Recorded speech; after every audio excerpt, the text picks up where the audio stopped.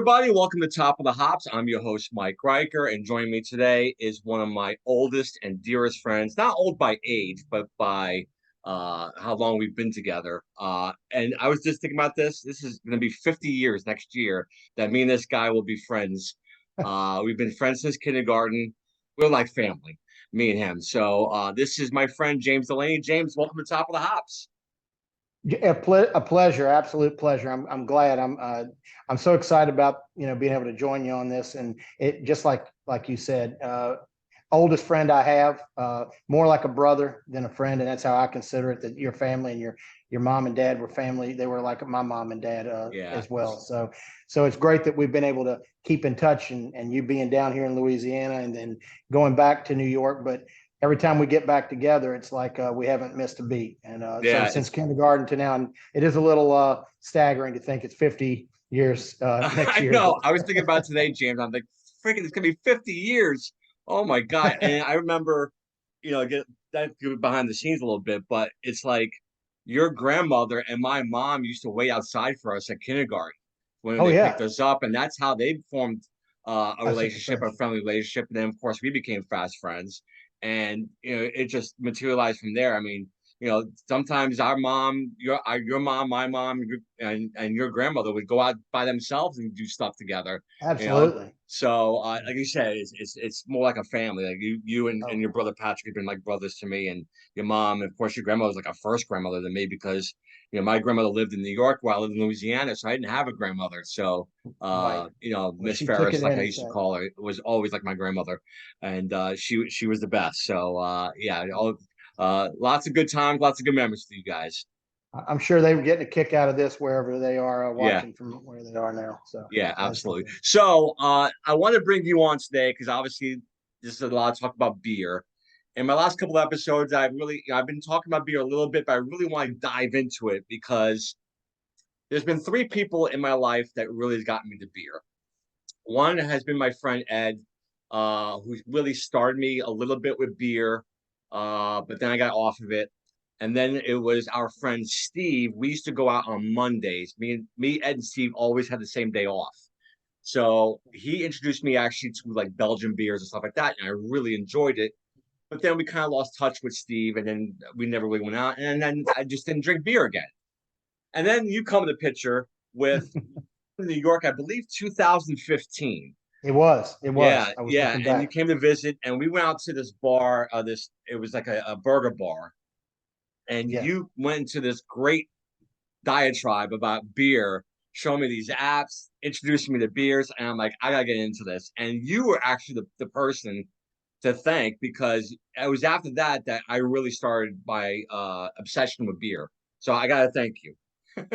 Well, I guess you're welcome, and I'm sorry for the Yes. financial at the same time, right? Where at both, and so yeah, it was 2015. I came up there for a work related conference, and I went and spent an extra couple of days for personal time and to see you, and that's how it turned out, and we went from there. But I had gotten introduced. I've been into beer for a while, and but not to the extent that I was. And it was around that 2014, 2015 that I had a buddy that really got into, he was brewing his own beer, and his name's Brenton. You Yeah. know Brenton. And he got us into this IPA stuff he was brewing. And I'm like, okay, well, I like the stouts. And what he did is he opened up my palate to a lot of different types of beers. And so Hmm. around that same time, IPA was the big one. I was like, oh, I don't know about this. And then I tried it and I tried, and I'm like, oh, it's like an acquired taste. And all of a sudden I went from it's okay to I think I like this to now I don't want anything else. It's kind of like a lot of these higher end beers. You start, and I heard it on a previous podcast of yours that it's like you start off drinking these craft beers and you get into all these unique flavors, and then all of a sudden your standard American ale just is not able. You get where you don't want anything, and you do become sort of a beer snob. So that's why I say Right. you know, I have become that, James, because you make a great point in the fact that, and that's what turned me off the beer was I was drinking Bud and Miller Lights. I wasn't drinking the types of beer I'm drinking now. So I'm like, I don't want to drink that. That stinks. and it was actually Whole Garden was the first one that really got my palate going a little bit, and then even some of the Sam Adams stuff I actually enjoyed a little bit in Blue Moon. But when you're the one that really opened my eyes up to like the really good craft beers where the good IPAs, the good sours and stuff like that. Right. And boy, it's really it's been I loved it. So again, thank you. It's a hobby. It's kind of an obsession, but a healthy one, I guess, or healthier than some others, I guess.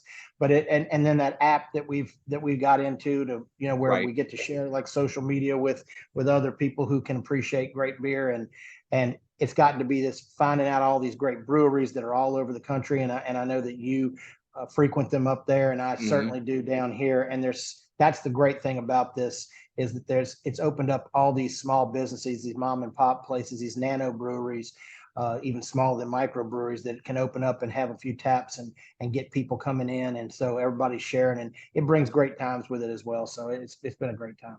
Yeah. What were you like me? Did you enjoy like when you started drinking beer early on? Did you drink like the buds and stuff like that, or you I, not I, really?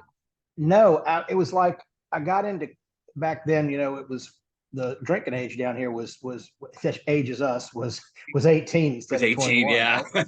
So you get college, and I started, and we'd go out, and I drank beer, and I did not like it. And it was the same stuff, Budweiser and Coors and Miller, and I was like, man, I'm just don't have a taste for this. I drank Yeah. it because it was there, but I would want to drink a mixed drink or something like that, and I just didn't really explore it. And then some things like Guinness and some of them came around, and I liked the stouts a bit better than I did the regular beer, or as what I thought was regular beer, the American ale, and had not explored all these others. And then there was a local restaurant that had a real, I would say, diverse beer menu. And when I went to that place, all of a sudden we get to try these different things, and nothing like there is now. But still, even that, trying, like you said, the Belgian ales, and some of these more European beers, all of a sudden it's like, oh wait, I kind of have a taste for some of these things and some of the stouts or porters. And then it just kind of progressed from there. And then, like I said, years later, I really got into it when I started getting opened up and seeing all these things, that there were these beers that we had never explored, and Right. all these microbreweries just blossomed like they are now all over the country. So Yeah. Like I said before, for me it was Hogarden. That's what really opened up to me. Was there a specific beer that you remember saying, "Oh, this is different"? there is, and actually, I was saying that I was going to be bringing in some special beers, which if we have other future podcasts together, Oh, there I've will got all be. these.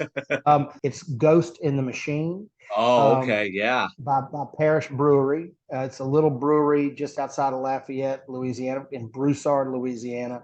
Um, and when they first came out with this Ghost in the Machine, it literally had people searching around for it, where we had people on social media trying to say, have you seen it here at this store? I heard it was coming over here. It was a very limited supply, and he only did it a couple times a year. And so when it came out, people would search all over trying to find where it was.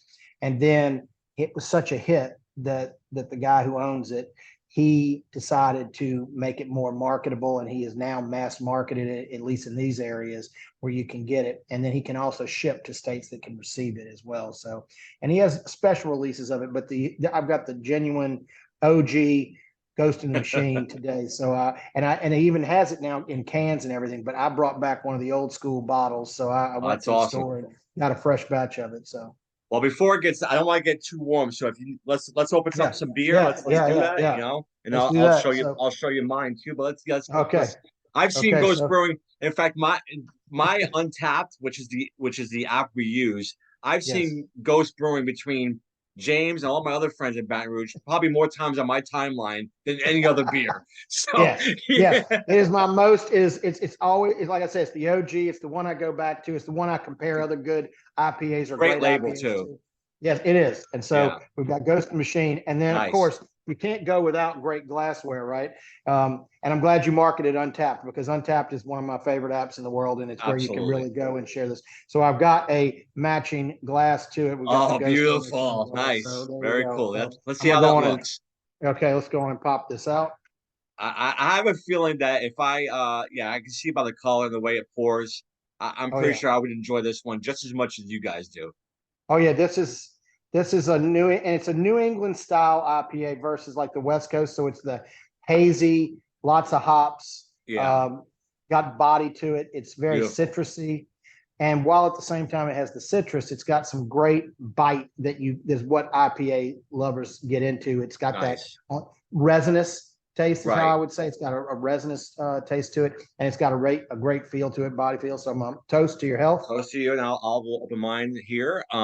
So if you haven't Oh yeah. noticed, guys, with James wearing the LSU hat, the LSU shirt. Oh, by the way, I'm also wearing the LSU shirt as well. That'll be our topic today. We're a huge LSU fans, so that's our topic today. Top five of our favorite LSU football players. Uh, Obviously, being football season, we want to get into that. So I picked this one only because of the topic. So I've had this one before as well. It's from a brewery called Six Point in Brooklyn. I've not been there yet, but I want to. And it's called, because of its LSU Tigers, I try to get Bengali, like the Ah, Bengal Tigers. there you go. So Yeah. I got that, and it's like I said, I've had it before, and of course I got to bring out being the LSU, I got to bring out the glass. Oh, there you go. Yeah, I had to bring out the glass. I know that glass, baby. Yes, you do. You're the one. Thanks to you, this is the reason why I have the glass. There's also, by the way, a Cincinnati Bengal one just like this one. So if you ever see one on the internet, please get one. Great glass. I use it all the time. So uh, this beer is solid. I've got a 6 pack of this actually at my local grocery store, um, and it pours. It actually pours like almost orangey too. So it's like It does. it's very good. So I got all notes on this, and I read this on yesterday. So it was originally a home brew, and the reason they called it Bengali is because when they poured it down the glass, the foams came down like stripes. So that's why Oh, they called it Bengali. So the that's cool. original beer was actually called Bengali Tiger, and then they redid the beer and just renamed it Bengali. So So it's more of an American style IPA. It kind of it looks like is, from. yeah. So it's 6.6%. It's got some bitterness. It's got some citrus. They use hops, and this is where you're gonna have to teach me on this, Yep. James, with some of the Yeah. hops.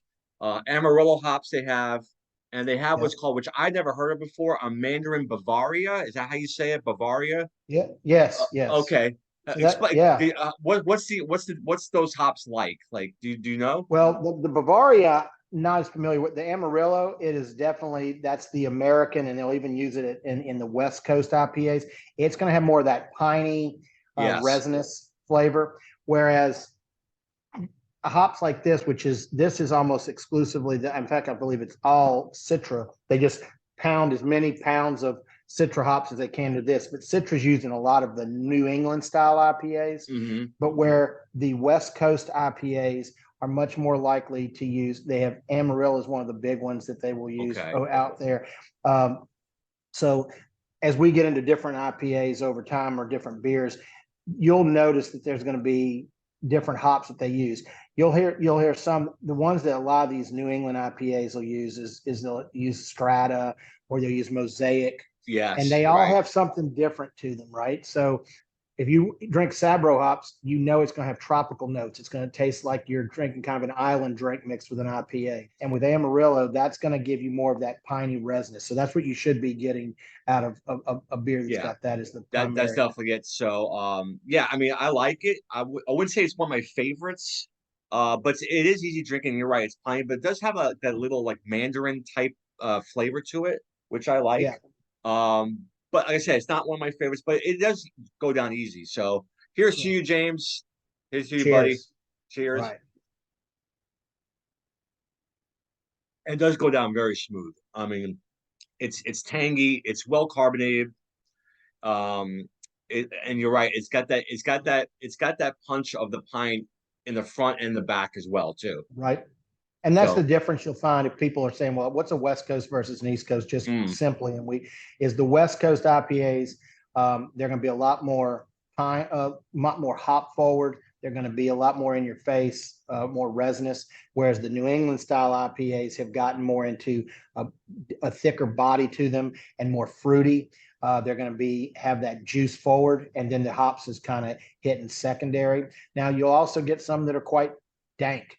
That's the only word you can use for them. They're Yeah. going to be so, and that's the great thing about it. You can say, well, I don't like this IPA. That doesn't mean you're not going to like all IPAs, because just that one genre of IPA, just that one style, has so many different types that it can catch all kind of different people. So Yeah, that's where I learned. It's just like you said, I gravitate more towards the IP that you're drinking. I can just tell by the look of it. mm-hmm. Yeah, yeah, So for sure. those, yeah, it's just like the perfect. It looks delicious. It's got It's almost got the got that. lacing, the great Yeah, carbonation and exactly, lacing. exactly. So, like I said, this is not bad. It goes down really smooth. Um, is what and you said that's Ghost Brew. What brewery is that? So it's Parish Brewery out of Harrisburg. That's right. Broussard. Yeah, and they have all kind of names. They've had different things with Ghost, but Ghost and Machine is that's their big IPA, that is their big seller. And they now will collaborate with places. They've collaborated with Other Half up there in New York. Yeah. They've collaborated with a lot of different breweries to create different versions, and they usually try to throw Ghost in the name. And the reason why is because people know it. It has trade value all over. They have people that will search out to buy it. And when he makes a new release, he's gotten so famous for this one that now he has his regular beers that, if somebody wants to come there and just drink a wheat beer, fruited wheat beer, he's got a lot of other solid things. He has an excellent coffee stout that is, can compare and compete with anybody. Rev is the name of it, Okay. REVE. But what I'm getting at is what he has gotten national recognition for, and I think really what a lot of the craft beer trade has gone around has been the IPAs. That's where you and I differ a little bit. Is that I'm not into the stouts when it's coffee based. I'm not a coffee drinker, so I don't Yeah, like. yeah. So I don't like the taste of coffee. So Do you like the ones sometimes that that don't have it? sometimes that roastiness doesn't really appeal to Mhm. me. But that being said, if you give me a good like chocolate based stout, Yeah, with some vanilla or some coconut, I'm all in. yeah. I like the sweetness of it, but that's where I differ a little bit with the stouts and the porters. I'm not too much into the roastiness of it, and that's why I gravitate more towards the IPAs and the sours and stuff like Sours. that. Yeah, So yeah. to me, I'm more of like a lighter beer fan. Right. And there's some great ones and that's the thing, and everything's different. It's like some days you say, well, I love steak and I love a hamburger. Now, a hamburger's not a steak, but you were like, that doesn't mean you can't have the hamburger, right? Well, it's Right. similar. You're like, that IPA you have may not be your favorite, but it's certainly a good drink and Oh, quenches it the serves a thirst on the day, purpose, that's right? for sure. Right, right, Yeah, right. yeah, And the IPAs do tend to have a higher ABV than a lot of the ales do.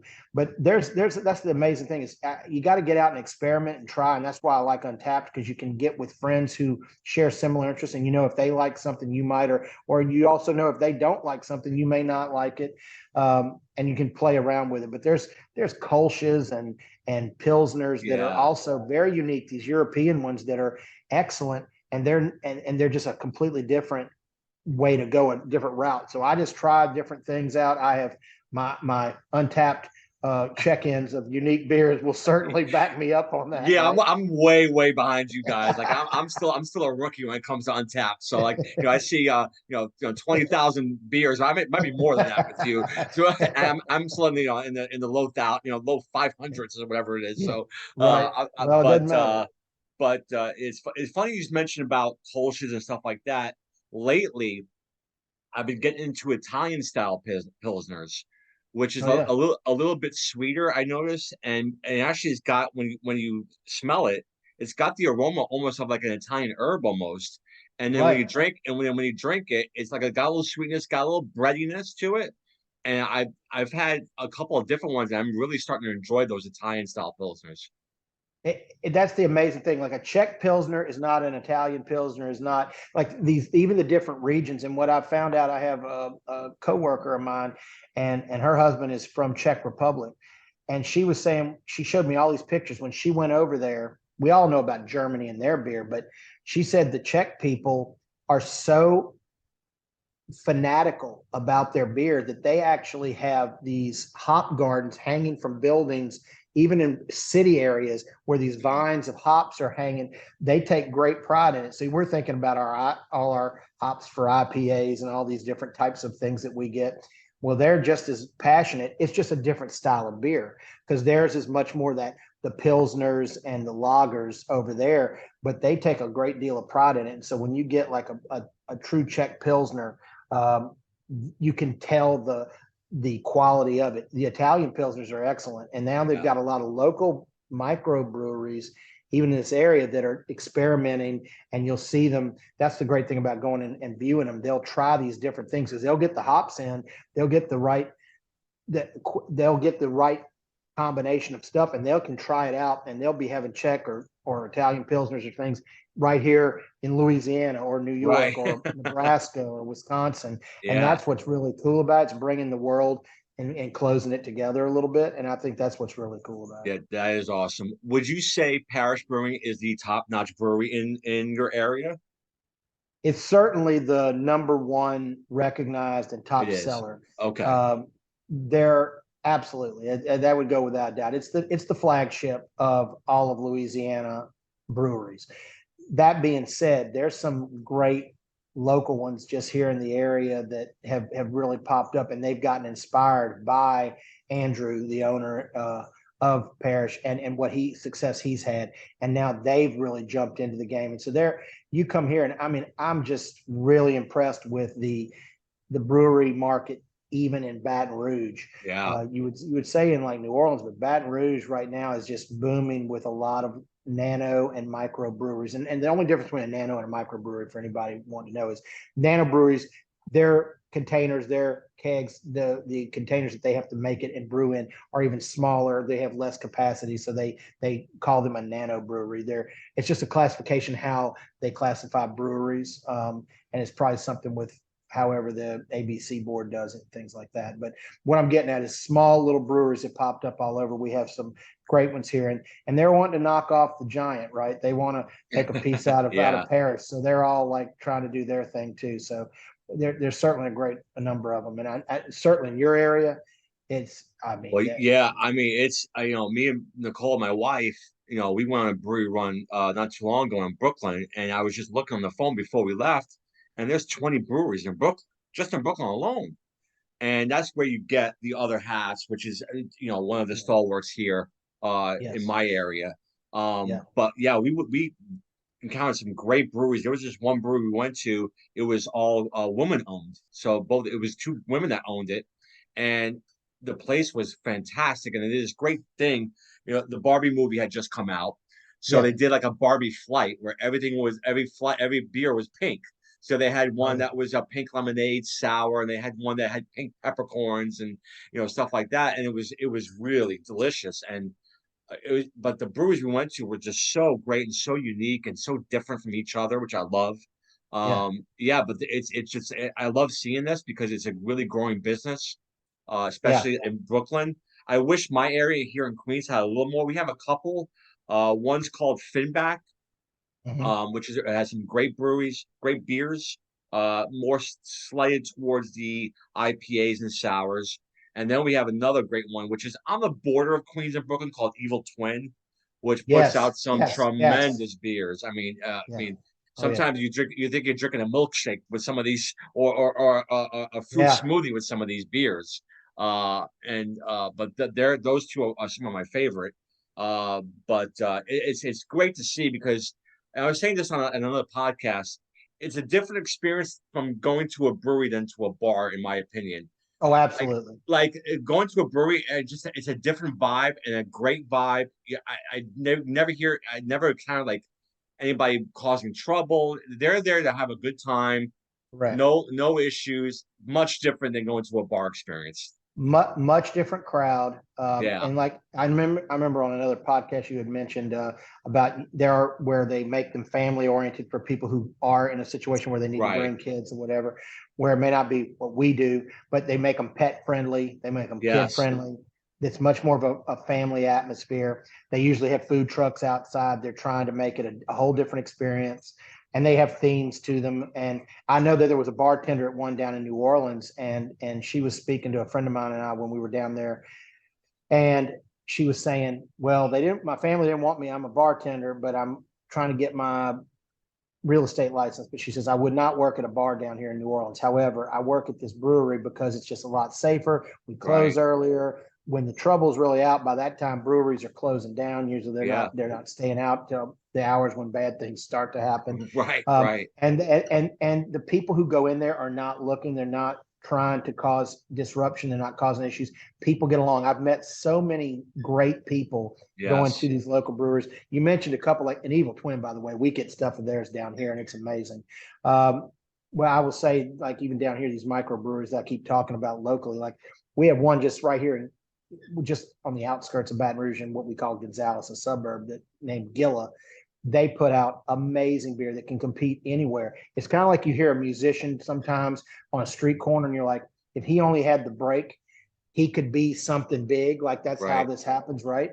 And then there's another one in Baton Rouge that certainly if you came down here, these are two of my favorites, are Gila and this other one called Cypress Coast, which I love the name.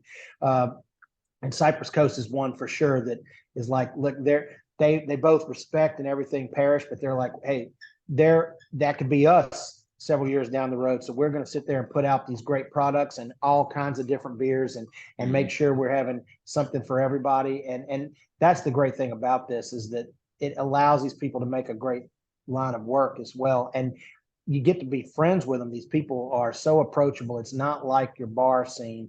The brewers are typically, the owners are all around you, and they're coming out. They're around the people. And I know you've met some of them at places that you and your wife have gone. I am proud though that when I see you go and I catch you that you and Nicole are going on one of your brewery tours, I'm like, oh, I'm so proud of them. It brings a tear to my eye. It does. It brings a tear to my eye. So, well, I tell you, it's much different than the days of the squall punches, right, James? Oh my Lord. That's a day as a podcast, another day. Well, podcast. Let's get into it. I don't mind embarrassing myself. I'll tell the story. So, okay. The reason I said squall punches is because, God, this was years ago. I don't remember how was my 21st birthday. I think it was your 21st. Well, it was the summertime, but it was. But it was the first time you could come down to visit us after your 21st birthday. Right. So so I made a trip down to Louisiana, which I did often in my early 20s. Always stayed with James and his family, which was always so gracious. So as I got off the plane, they always pick me up from New Orleans at the airport there. So, and what was great is it wasn't just James. It was James and all of my buddies, So It was James. It was my friend Gooch. It was my friend Guy. It was, it was Patrick. It was everybody. So it was great.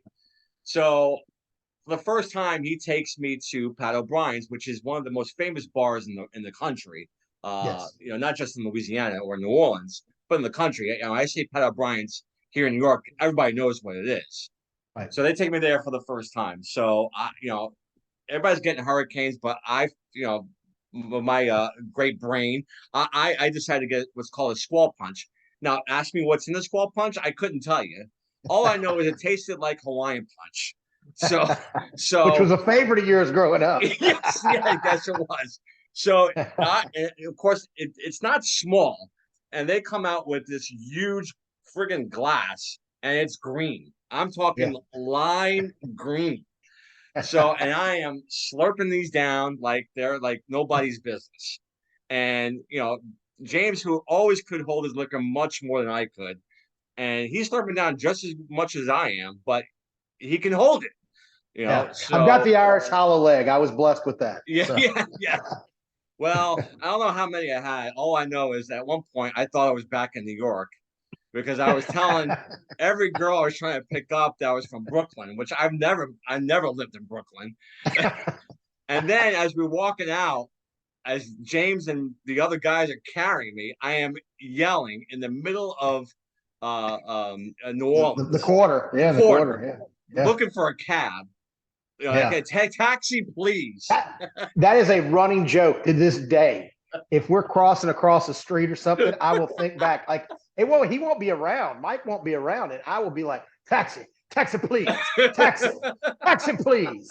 And then we'd say, step, Mike, take a step, because Yeah, we were trying to sober him up because we were parked at the Dome. Because if you remember, we went to what was an arena football game, I believe. that's right. It was Yes. in the summer, and it was an arena football game, and we decided to just stay parked there, and we would walk to the quarter and back, which was probably good because we got something out of it. But we were basically carrying Mike back, and we were helping him walk, and we were like, step. And you would step this, like you would step like your foot would come up to your waist to make sure you made the step. I was like, oh, Mike's had a good time. And I think somebody, when we left, I remember at Pat O'Brien said, another satisfied customer That's of Pat right. O'Brien. Yes. Yes. But I mean, everything I saw was green. So Yeah. everything. Yeah. So we get back to your place, and so your grandmother and your mother are up waiting for us to get home. Yes. And of course, we're not, we're still kids, and 21 is still young. Yes. So, Yes. you're worried, and you're fine, by the way. Yeah. So, but you're worried about me and how I Yeah. was going to, you know, you know, come across to your mom and your grandmother, and you saying, "What did you do to Michael?" Yeah. So Yeah. please Exactly. take over from there. I just remember I was like, this is not going to go well. I was like, I don't know what exactly how I can do this. And if you remember correctly, I had planned. So James, I I don't couldn't remember get out of much. work.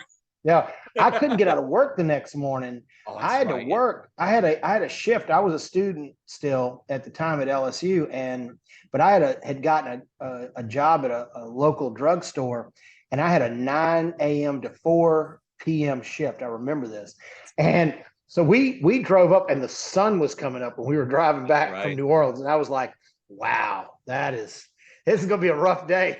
But we got into the house, and I remember I was like, look, I was trying to coach Mike up. I'm like, look, just don't say much. We gotta get past mom and my grandmother.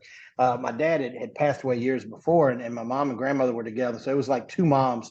And they looked at Mike like he was one of theirs. So I bringing him in as like, I need to make this where it's not bad. And I remember I could not believe how well you held together. Like something got inside of you where you played sober so well for just a, this small, minute period of time. And it was like, I don't know how it is. And they were like, oh, he wants to make you some breakfast, something. You're like, oh no, I'm gonna go sleep first. And then because my grandmother was famous for making like these famous grits, and she wanted to Well, make this yeah, I was going to big tell that story breakfast. because she woke Oh me yeah, up the next morning. I'm gonna She let woke me you. up I'm the gonna next let you morning, get it. and I listen. Any talk of any kind of food was going to make me, you know what. And she Yeah. just woke me up, and as sweet as she was, she goes, "Honey, you want some jalapeno cheese grits?" And I'm like, Welcome to Louisiana, "No, baby. thank you, ma'am." No, but he got in there and he told them what he needed to tell them. He goes, look, I'm going to see y'all. I love you. I'm going to see you in the morning. And I'm just going to go. I'm just so tired with the flight and all that. And he goes in there and he literally falls face first into the bed like somebody had shot him. Like he got past that doorway into my room and he was done. He was Yep, done. Like I was there done. was no Yes, I movement. was. Like the engine turned off, but he got the last drip to get past the sentries. They did not know anything. I just covered him up and I said, good to go. And I can tell you, I don't know what time it was, but I know that whatever time it was for me to get up and go to work, hit quick, Oh, hit I'm quick. sure it So did. Yeah, so so. I But remember you coming home from work that day and just oh like, yeah, and I think you did the same thing I did. I think you just plopped right in the oh I did. I said, you bed. go and entertain the troops now, Mike. I Yeah, got to go.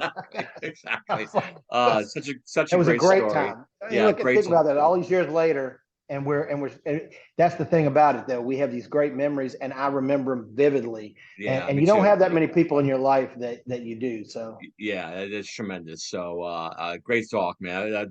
I love that story. I'm not embarrassed by it. It's funny. So I'm I'm glad you told some of it because I don't remember any of it. So yeah, I just go by what you say and Gooch said and Guy said, and okay, that's what happened. That's what happened. yeah, I do remember saying, I do remember laying on someone in the back seat.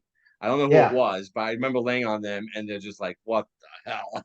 yeah, So, but yeah, great times, great times. So, obviously, us being big LSU fans, we're gonna do our top five favorite LSU players.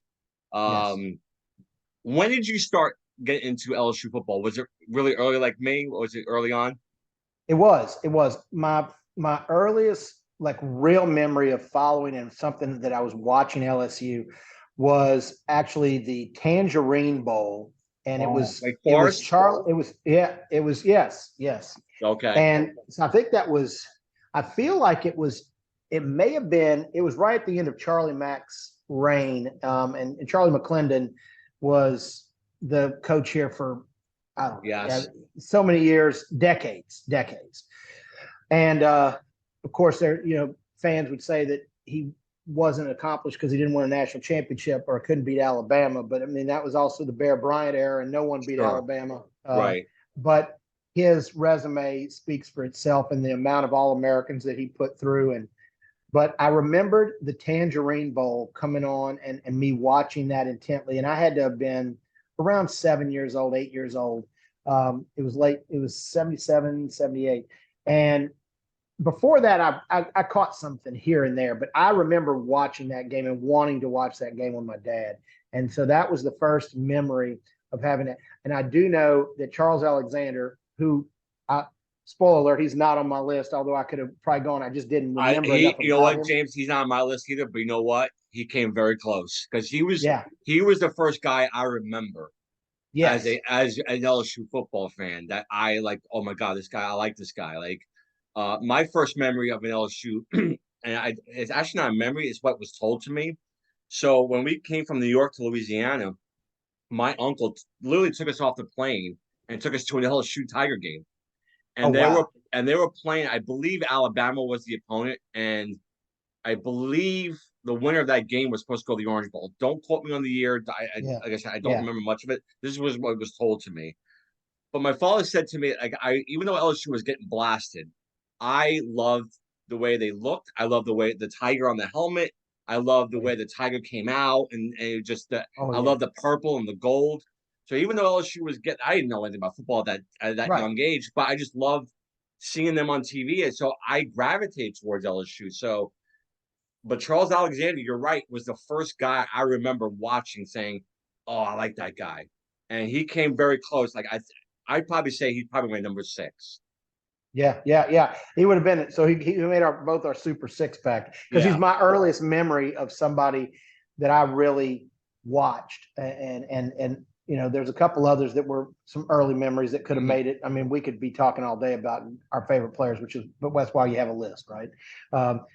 So we have to have a list for a reason, Right. right? Like It was like hard. David. It was hard, Yeah, James. it's kind of like our old David Letterman top 10 list when we Yeah, were kids, right? exactly, Right. exactly. But I remember that with Charles Alexander for sure. And some of my great memories, especially with my father, I'm sure with yours too, is that a lot of these LSU games, young guys today don't realize, not every game was on TV back then. No. So I remember vividly, putting on the radio those big Absolutely. stereos and The giant listening with stereo radio. giant stereos and sitting down, my father in his recliner and me on the couch and me and him listening to those LSU games. And Absolutely. there's two that I remember vividly. One was when they played number one USC. I think it was 79. I think they had Charles White. And LSU Yeah. played them really tough in that game. I remember Yeah. I couldn't sleep that night. I was so upset that they lost that game. Yeah. And I think there was a matchup they had. I think it was early 80s. I don't know if they were number one, but they were playing a really good Washington team Yes. They at were. Tiger Stadium. And LSU, I believe, won that game. And I just Yeah. remember I do that. They did. I mean, those yeah. two specifically, especially that USC game. I remember sitting there with my father, and again, that was our LSU fan. It wasn't much. TV was a bonus. Like when they Oh, were on yeah. TV, you were like, "Oh my god, they're on TV today! Oh my Yeah. god, I can't believe it." This thing, this Radio day and was age, where you can radio watch was the any thing. game you want. We had to go to the radio to get our LSU fix. And so your mind imagined what was going on. Those commentaries were great. I remember with LSU, they and the late 70s may have still been JC Poliz, but obviously I Oh was a kid. I yes, can't remember, but good so I call, believe it was James. JC. I believe it was JC Poliz was the announcer, and then it moved into Jim Hawthorne, who took us all through the 80s and into the Right. 90s before he finally retired. But I mean, just they painted such a vivid picture, whether it be LSU football or LSU basketball or Mm-hmm. what have you. you felt like you were there with them, and it was amazing because they were doing this. And I don't think kids nowadays can appreciate the same way because they see everything and you can get everything instantaneous. And we didn't have that. We had to kind of have that picture painted to us Yeah, by those radio guys, those great right. radio guys. And what's funny too, James, is that, and that's what also gravitated me towards LSU was that the crowd. That crowd, when you would hear that crowd, even on the radio, it almost sounded like static. That's how Yes, loud they were. Especially it during was. that USC game, it was one of the loudest. Even Yeah, now they say in paper clippings, it's one of those loudest games they've yeah. ever had, and you could feel that even during the radio times. I mean, you can hear it. You'll listen to. I mean, even moving it to modern times, Hmm. and you'll hear Scott Van Pelt talk about it. He has an affinity for LSU and stuff as a national commentator. But there's a clip that goes around that I've seen even recently where he was talking about. He said he has yet to see any sporting event around the world, whenever this clip was made that he had made, that compared with when LSU is at its top. Yeah, Now, there's all kind of things when you can go up and down and say who's this and who's that. But he said he's been to the Olympics, he's been to all these world championships and national championships of different things. But he said Tiger Stadium at its height, at its best, he said it is unrivaled as far as in the atmosphere that it yeah, creates. and it's got to be at night too. I mean, At night. Well, there's you a have to have difference between the everything in afternoon. place. You have to have it at Yeah, night. No, yes. yeah, absolutely. The TV and all that has changed the world. But a Saturday night in Death Valley, and you put them against an opponent that they really are, one of their closest opponents, but be it Alabama or Florida or somebody like that, it is palpable the kind of environment you get. And listen, there might have been a better reaction to certain games, but all you got to do is go to YouTube. There's this great shot. I think it's a drone of when LSU beat Alabama last year, and just look at the crowd as they rushed the field, and just the sea of people, and just Oh my God! even just Yes. above that, you can just tell that atmosphere is just there's nothing like it, James. No, there is. I tell everybody that if you want to say something, I mean, you can talk about pro sports or college sports. Mhm. There is nothing like it, and until you experience it, you just don't know. Yeah, And when you know, you get it. I mean, it gives me goosebumps. You talking about that, yeah, me and too. it will because I know because I can recall it. It actually it gives you a physical reaction the way it Right. is. Yeah. All right. So, I mean, we can get into, I mean, I think Yeah, future episodes will be, top five LSU basketball players. yeah. We'll There get you into, go. listen, I can get into baseball. LSU baseball Oh is yeah, unbelievable. absolutely. Some of the games we can get into. So there's a lot of topics we can get into LSU, but For today is our sure. top five favorite LSU football players. We'll start with you at number five, then come to me. James, what do you got at number five? Okay, number five, and like I said, this was hard because I had a lot Yeah. of different people, and I tried to space it over my watching career, like as I developed. And so they're not in order of that; they're just in order from five to one. So number five for me is a guy. He played here for only a couple years. He was a defensive back, and we've had a lot of DBU claims at LSU for sure.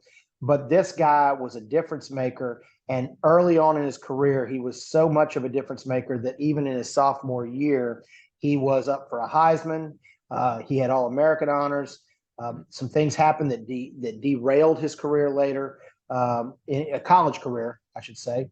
And he has really redeemed himself, which is for me personally shows about redemption and people being able to come back. And LSU still supported him, and therefore he has always stayed close with the Tigers and comes back and speaks to him. That is none other than Tyrann Mathieu, or AKA the Honey Badger. Yes. And Good. he got that moniker for how many turnovers he created and caused, which at the time, at least, I don't know if it still is, it was an all-time SEC record in turnovers caused in a year. So Yeah, that's a great choice, James.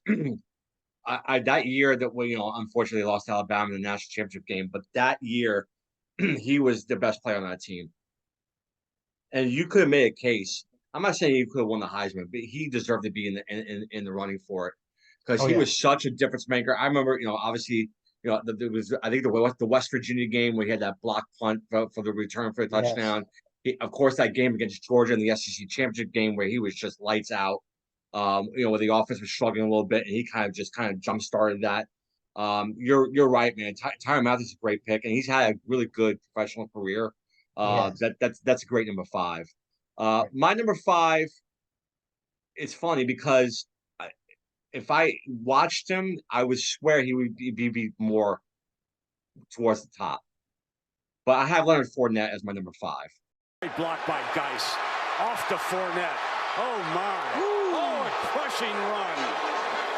Fournette delivers a blow after his buddy Geis threw a great block in the backfield. So they're lining him up at fullback, using his speed out in the flattened perimeter. And watch what he does to the true freshman, Deontay Anderson, at safety. Welcome to the Magnolia Bowl. 22 yards. And the That was close. Oh, yeah. Now maybe he may be the most exciting LSU player he ever had. I mean, watch some of the clips. There's a he levels a guy in Ole Miss.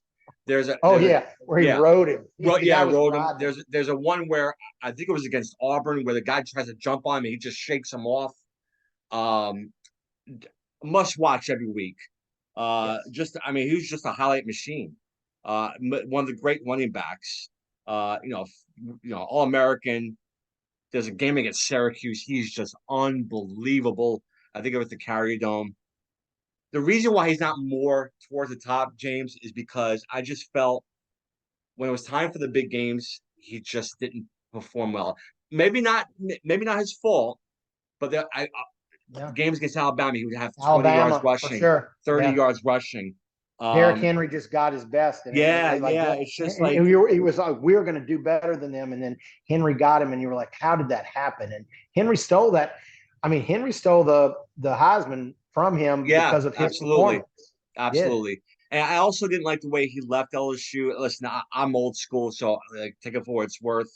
I know that game against Louisville probably didn't mean anything, but I didn't like the way he left LSU as well. He's had a nice career. I think it's been underperforming for him with his talent. I know he's had some injuries here and there, and he's had some good years. Obviously with Jacksonville, with Tampa, won a Super Bowl with Tampa, and he's had a nice career.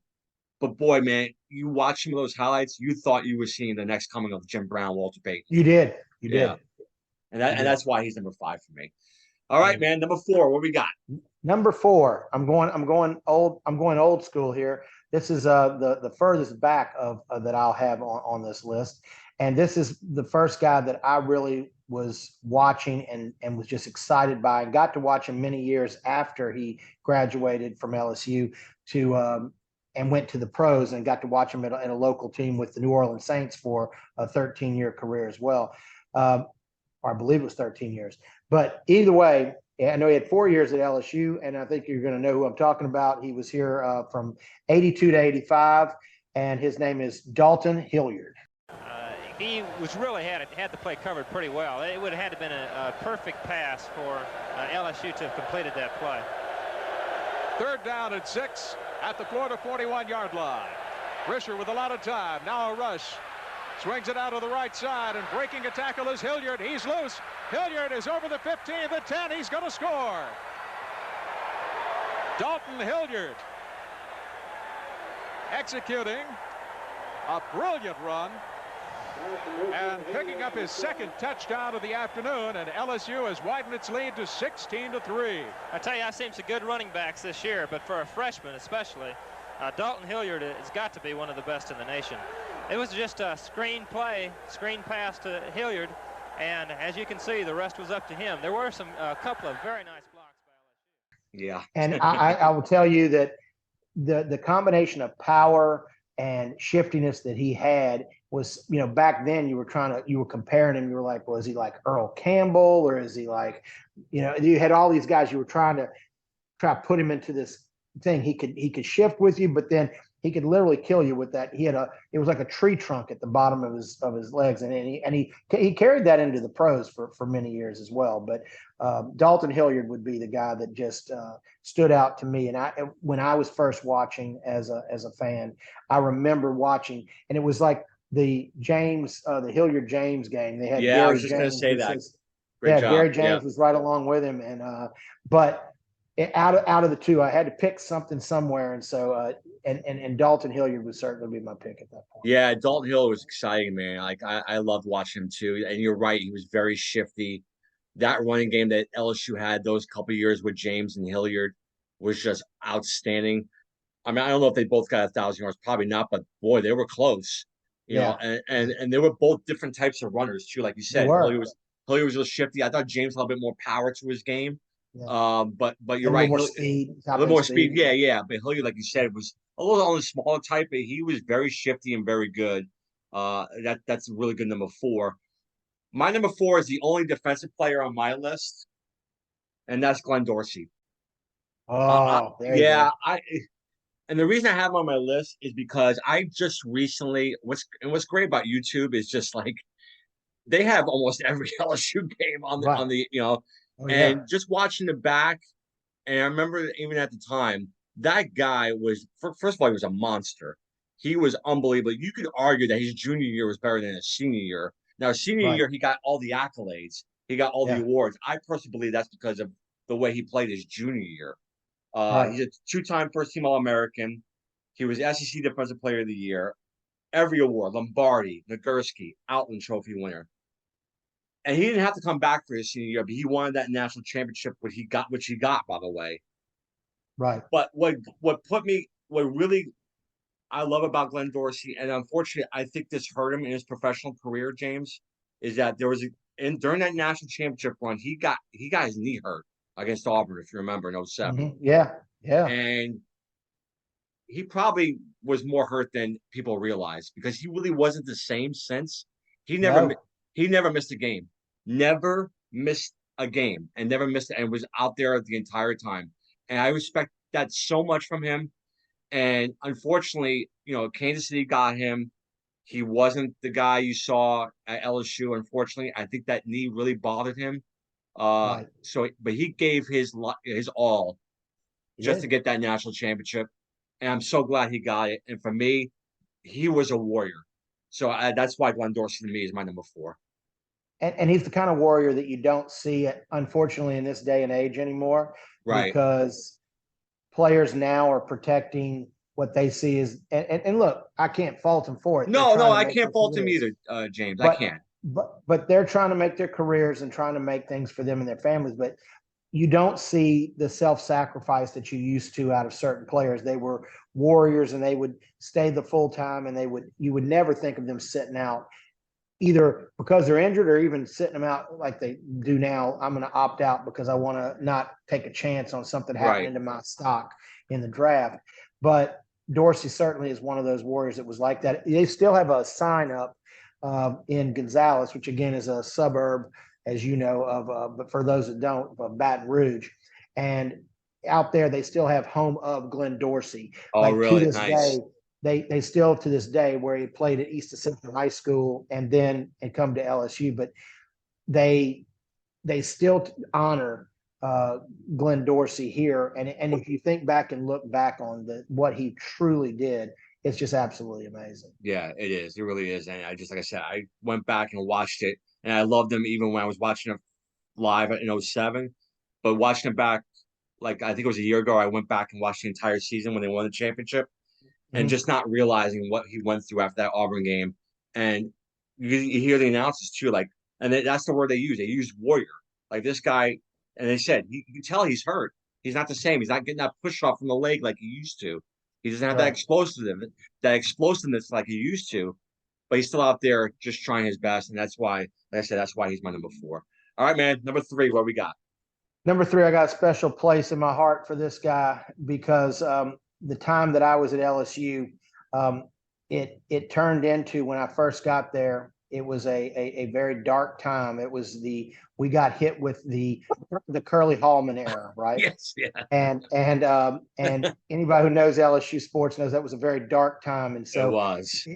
speaking of drinking, it better be that you had something to do before, during, and after the game, because the game itself was not something you wanted to be monitoring on out there. But the first step of getting back into where I see where the program has progressed now was with Jerry DiNardo was hired here. And the first thing Jerry DiNardo did when he was trying to get us back into where we could even consider going to a bowl game. Now you hear LSU talking top 10. If we don't win a national title or aren't in the conversation, then people think it's a disappointment. But I remember having some perspective. And so when Jerry DiNardo came down to us and he was looking to be the coach, the first recruit he had was a running back out of Karen Crow High School. And he ended up being an all SEC 4 times. He was rookie, or I should say freshman, not that rookie. We was freshman of the year. He ended up being an All-American one of those years from 95 to 98. That is Kevin Falk. Great choice. And Kevin Falk obviously had a long career in the NFL and was retired actually into the New England Patriots Hall of Honor or Ring of Honor. And then very good pro, James. Yeah, you're right. Yeah. A pro's pro that stayed with his team the whole time. You know, he stayed with them the entire time. And a lot of those championships that Brady brought home there, Kevin Falk was a part of that. And then he was just a great team player, self-sacrificing, great return guy, great running back. He was so electric on the field in college. And for him to choose us over all these big programs that were recruiting him nationally when we were coming off of just such years of just putrid football, and for him to stay local from just down the street. We just talked about Broussard and Lafayette. Well, Karen Crow High was just down the street in Lafayette. And I remember there was a press conference with Jerry DiNardo, and he said, well, I'm done with this, guys, and right now I've got a very important person to go see. Well, that was his first recruit. His first big recruit was Kevin Falk, and Kevin Falk has given so much back to the university. He came back and coached for a while just a few years ago as well, and he with Coach Ogeron. Kevin Falk has just been he's really been a true Tiger to the core. And when he was playing, he was just absolutely amazing. And he has also gotten into the College Football Hall of Fame. Just last year, they voted him into the College Football Hall of Fame. So Kevin Falk. That's good, James. You know, it's funny. I guess you had to be down there. Unfortunately, he's underrated. There's no doubt about it, because you're right. You know, sometimes you gravitate towards the players when the team is losing.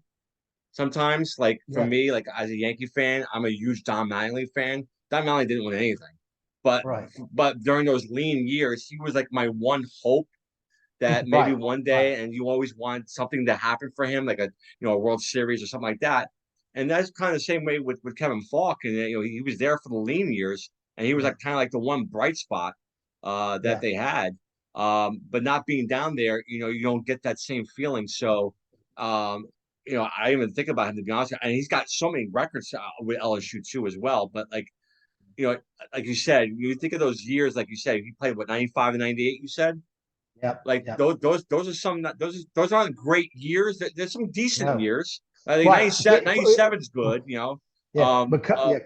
Coming back from where they were, you see he was trying to bring them back from. You're right though. Nowadays, that is looked at as that would not be looked at as a positive thing at all. And that's unfortunate that he's not remembered. I'm sure he's remembered more down there, but as far as the landscape of college football, I don't think he gets the love he deserves. No. That's a good number 3. My number 3 is a wide receiver. Now, listen, I love Justin Jefferson. I love Jamar Chase.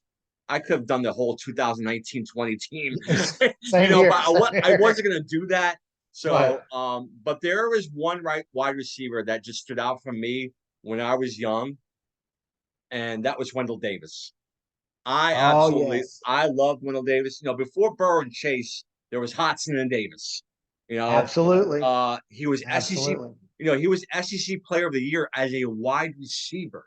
Not many guys are SEC players. They're either a quarterback or a running back. First team All-American in 87. He had just replaced another very good wide receiver in Eric Martin.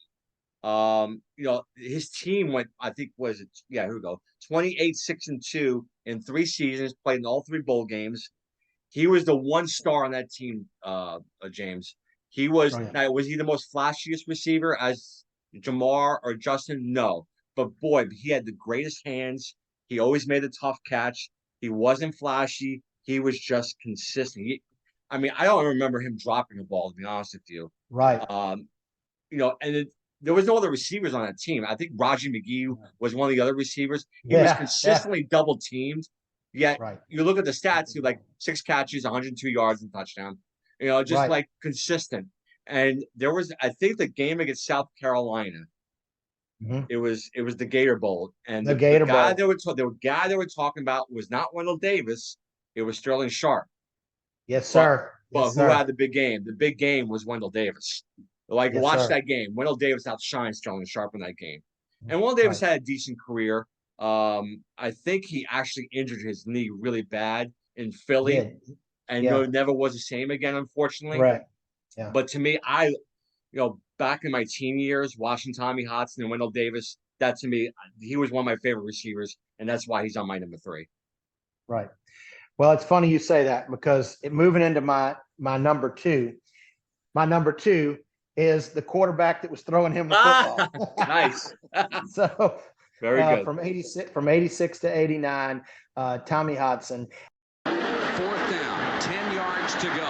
1:47 to go in the game. LSU wins or loses on this play, it would appear.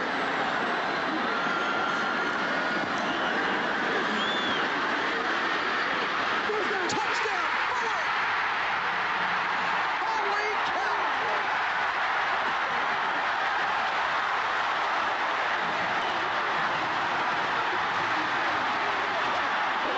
Fuller had dropped the touchdown pass, been out of bounds on another one, and caught this. The extra point from Brown Dyke to take the lead. And it's good. And I have this great memory. Another buddy of ours that's a mutual brother from another mother, John Goche or Gooch as we Gooch. call him, right? Yeah. And he and his dad asked for me to come. They said, "You want to go with us to the game?" And I went to the Gator Bowl, and it was one of the best memories I ever had, going to that Gator Bowl. And they were giving us no chance. They were giving us no chance to win that game. South Carolina was a powerhouse. They did have, like you said, Sterling Sharp. They had the Black Death defense. Everything was black. They had turned over all of Jacksonville into all this black. It was just amazing how intimidating it was set up. And then LSU went in there and just took care of business. Like it was from the start. And it was a beating. Hot. It was a beating. It was a beating. LSU went in there and just mugged them. Mm-hmm. And Tommy Hodson and Wendell Davis together, they wrote each other's careers, and they were just so perfect for each other. And Tommy Hodson was a Heisman candidate, didn't end up having and again, it's one of those things. They had some good years. They didn't have some of the fanfare that maybe some of the others have as far as now you look at all the national recognition we get with some of these teams. But I mean, it was amazing football. It brought me a lot of joy to watch them. And Tommy Hodson was a true, he didn't have the biggest arm. He wasn't the strongest guy. We've had guys who could throw the ball further. We've had guys, he owned a lot of stats and things. And we've had a lot of great quarterbacks, but for my money, entertainment wise, I couldn't have named a quarterback outside of one, perhaps, that, we may not. I wonder who have that mentioned. would be. I don't know who that might be, but up until then, I couldn't think of anybody that I would have rather had behind center for an LSU team than Tommy Hodson. So yeah, that's a great one, James. It's funny because, and no disparaging the quarterbacks before him, but they sometimes, I remember as a kid being frustrated with some of those quarterbacks, whether it would be David Woodley or Jeff Wickersham. Or even and I love Steve Anderson now. But they would do things like, oh my God, what are they doing? And Hodson felt like the first quarterback to it almost felt like, okay, this is our quarterback. This could be the next guy to kind of lead us. And he had, especially those 2 years he had with LSU, were so good. I think the game against South Carolina, I think at the end of the year, I think they finished 5th that year. They did. If I'm not mistaken. Yeah. So. They were in the top 5. Yes. Yeah. So that team was really good. Of course, who can forget the Auburn game, the earthquake game where Hassan throws the touchdown pass. Absolutely. Yeah. Eddie Fuller. Yeah, Eddie Fuller, Fuller. exactly. And So that's a real good one. Actually And was you're right. there in there for, I was there for that. And then I found out Oh, about wow. the Richter and the Richter scales actually having that where it was an actual earthquake. I mean, we were so dizzy from jumping up and down that I didn't know that it was actually from I thought it was just my blood pressure was going off. But that's a it was great number actually an two. earthquake. So my number two, and this is the first time, although I think we're going to agree on number one, but this is the first time this number two has actually been on your list. So my number two is Dalton Hilliard. So I absolutely love Dalton Hilliard. I to me, he was like the first Barry Sanders to me. Now, was he Barry Sanders? No, but he was shifty like that. And I never saw a running back move the way he did. And he was small too. So I gravitated towards him. And I always loved the way he moved. And there's so many great memories of him as a kid. 3-time first team All SEC, second leading rusher in LSU history. Ronnie Lott has come out and said he is the hardest guy I've ever had to tackle. Now, when Ronnie Lott says that, that's saying something. That is saying. And then there's this game, and if we ever do a top five, it will be in my top 5 games. Just spoiler alert. LSU, Florida State. I think the winner went to the Orange Bowl that year. I think he had a combined 240 yards. So so that I just remember that game as a kid and watching that game, and I'm like, oh my God, this guy's gonna be the next thing. Like, he was unbelievable, and he had a very good career in the pros. Look at the Saints. He's got some records with New Orleans. He was unbelievable. I love Dalton Hilliard. I gravitated towards him. So when you said Dalton Hilliard number 4, that got my heart because he was my number 2, and outside of number 1. He's right there because I loved watching him, and every game I watched with him, I got more excited. It was funny because yes, Gary James was very good. As a kid, I never wanted to see Gary James get a carry. I wanted to see Dalton Hilliard get the carry. Where's Dalton? Sometimes Gary James he would go, and Gary James was very good. But every time I see him in the background, I'm like, where's Dalton Hilliard? Where's Dalton? Where's Dalton? Yeah, exactly. Quit pulling him out. Quit giving him a break. Exactly. So that's my number 2. All right. I think we know what's number 1. I could be wrong, but let's go. Number 1. Yeah, let's go. Number 1. Well, the guy who deserves and will have sooner rather than later, I'm sure, a statue out there along with Dr. Billy Cannon outside of Tiger Stadium, because he needs it, deserves it, and has done so much for this community. And in my opinion, the greatest team in the history of college football, he headed that up in 2019, and that is quarterback Joe Burrow. Oh, okay. There you go. I'm sorry, I stepped on you. Go ahead. Yeah, yes, you did. It is Joe Burrow.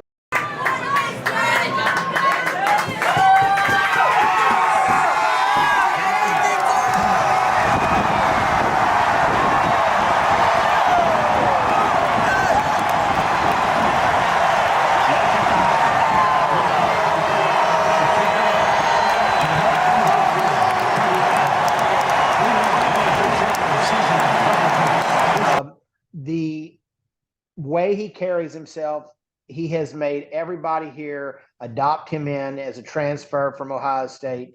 And he came in that first year in 2018, and no one knew what to expect. And he had not gotten his chance with Ohio State, and they were like, well, he's a transfer, but he was Mr. Ohio in football, but people just weren't really sure. And then the first year had its growing pains with Coach O and trying to find their way. And then I remember going, and I went with my son. And so I have these great memories, even in this small period of time I had with him, where we just grasped onto everything. But in 2018, at the end of the year, they had the bowl game at the Fiesta Bowl. And I went with my son, Braylon, who's now, I can't believe it, a senior at LSU.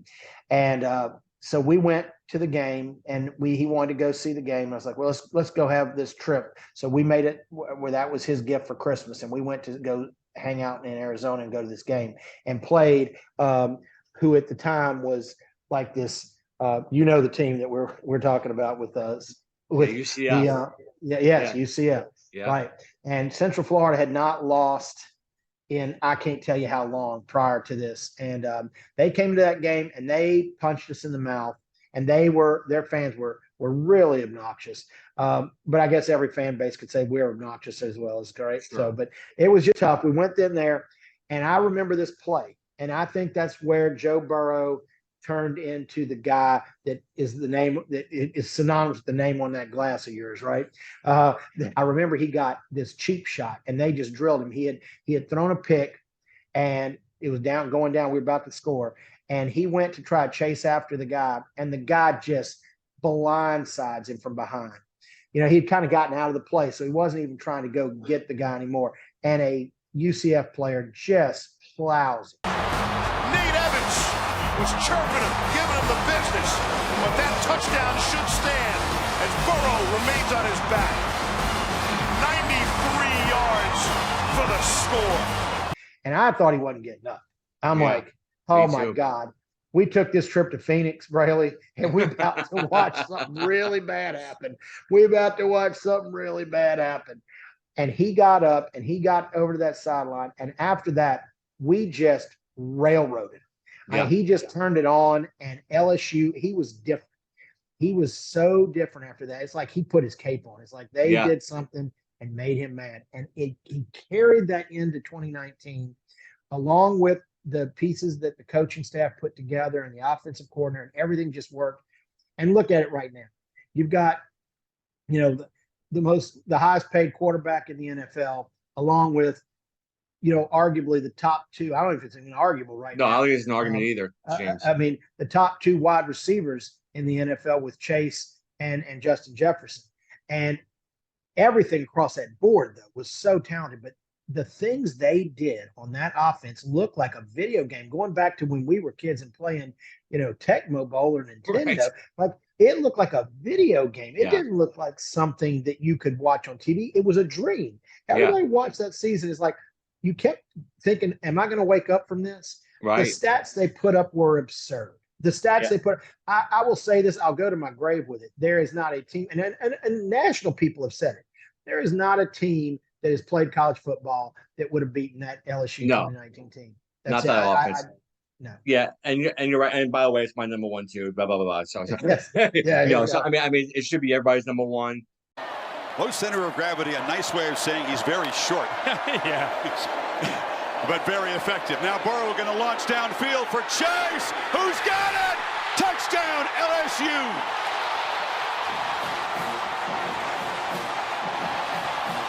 It took a while, but the Bayou Bengals offense says join the party. And you're so right. I'm glad you brought up the UCF game, because I was going to bring that up too. And again, I just literally, like a few days ago, I literally just watched that entire season the year before they won the championship. And I watched that UCF game, and you're right. He gets blasted. You don't think he's getting up. And what he goes on and does after that for that game, and it's, like you said, jump started. And I'll even say this, James. I think it actually jump started even a little before that. And don't get me wrong, that was a turning point too. But to me, when they got beat by Alabama that same year, 29-0, I remember Coach Orgeron had the post-game interview. He's like, this is not going to happen ever again. And we're not going to do this ever again. And if you look at Joe Burrow's stats after that game, they start to creep up. He's throwing for 250 yards. He's throwing for 260. You had that debacle against A&M, which they got screwed on. Yeah. I mean, you watch Burrow in that game, you can see signs that, okay, wait a minute, the offense is starting to click here a little bit. You know? So, and it manifests itself with that UCF game. Of course, the following year, it just goes into a juggernaut, Right. So, yeah, to me, I think it started after that Alabama game. But again, that UCF game was absolutely the turning point. I remember Joe Burrow, I was watching a preseason thing, and I even said to him, I'm like, oh God, why is he boasting? He said, we're gonna have the greatest offense of the season all at LSU. We're gonna have the greatest season. It's gonna be no doubt about it. And I'm like, oh, why is he talking like this? And then you know what? He not only proved it, he went above and beyond and proved it. He did. I mean, it was just unbelievable, some of the stuff he did. That Heisman speech he had, to me is the Amazing. greatest Heisman speech. My Yes. wife Nicole sat down with me. She cried. I was tearing Yes. up. Correct. He is all class. The whole Burrow with the X against Texas A&M. Yes. He just sure. got it. And not to pour salt on this, but it's like whenever I see a Ohio State person saying, "Oh, that's our guy," no, No, stop it, no. stop it, stop it, stop it. He's not When he goes on, he says, "Joe Burrow, LSU, you're not from Ohio State. Stop it." Okay, Right. Correct. he's not. an LSU through and through. So Correct. that's Yes. all I'll say about that. And you're No. right. You can you want to argue greatest team? Oh, whatever. I think they're the greatest team. You can't argue this. They are the greatest offense. Yes. And it's not absolutely. even close. And James, it's not close. It's not close. No, it's not look close. like, and then you brought it up. Just look who's in the NFL right now. It's the top That's two all you gotta say. receivers and one of the top 3 quarterbacks right now. Correct. I Yeah. mean, and everything he does and way he carried himself with that, just he made other people that special characteristic. He made everyone around him believe and be better. Yeah. I mean, he's the only unanimous selection for the Heisman, as far as I remember and recall. There's always the dissenting vote just to put a dissenting vote in, Right. and he wasn't, because it would have been ridiculous to vote for anyone else. No, you're right. Yeah, you couldn't vote for Jalen Hurts or anybody else that year. You couldn't. No offense, they shouldn't have been there. It should have just been one person, and that was Joe Burrow. That's correct. That's correct.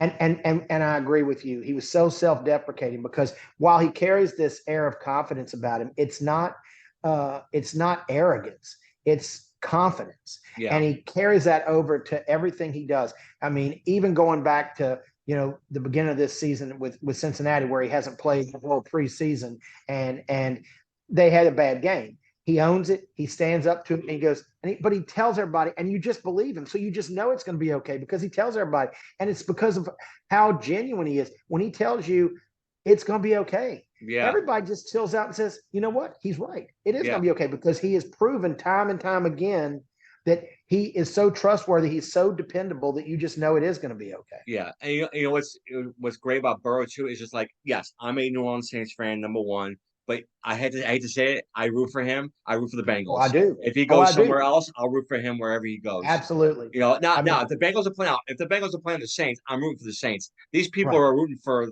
Cincinnati because of Joe Burrow. All right, that's a little too much, but for my liking, I'm a Saints fan through and through, but I will always root for Joe Burrow. And I'll go as far as saying this, Dave, James. I will say this: Joe Burrow might not only my number one as far as the LSU football players. I'm not gonna say he's number one, but he's definitely my top 5 of all time favorite athletes. And absolutely for me as well. I mean, and he's crossed over barriers and boundaries all across the country. Like, people have just jumped on. I have this couple that I've stayed in touch with since we went on a honeymoon with them many years ago. And there was this couple. They are fans. They're Auburn fans, and they live in South Carolina. And they went to Auburn. They were Auburn graduates. We met them on our honeymoon, and then their kids have gone to Clemson and different schools along the East Coast. There is no affiliation whatsoever, except unless it would be animosity towards LSU, right? Right. I remember when Joe, just last year, they contacted me and said, "Do you know where we can get a Joe Burrow jersey for our son?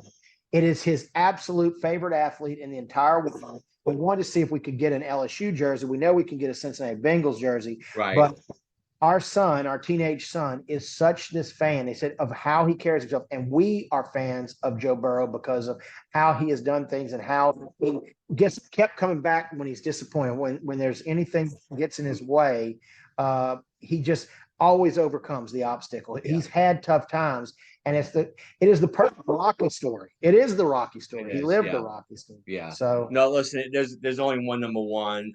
But if you're an LSU fan, give me your top 5. Comment down below. Please like and subscribe. If you're not an LSU fan, I want to know what LSU players you like. So let me know. Comment below. James, thanks so much. This was so much fun. Revisiting LSU, revisiting some memories.